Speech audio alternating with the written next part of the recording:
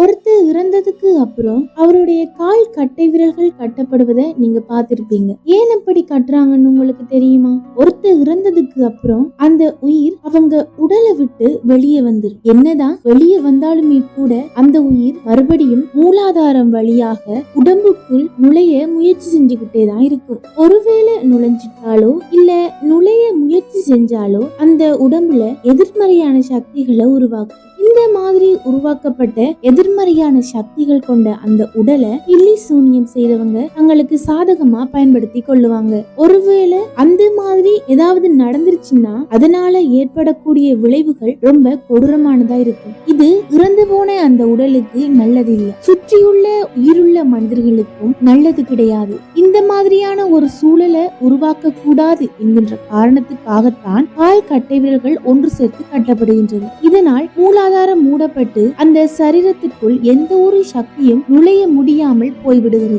இந்த பதிவை நீங்க முழுமையாக பார்க்க விரும்பினால் எமது யூடியூப் தளத்தில் முழுமையாக வீடியோ உள்ளது. அங்கு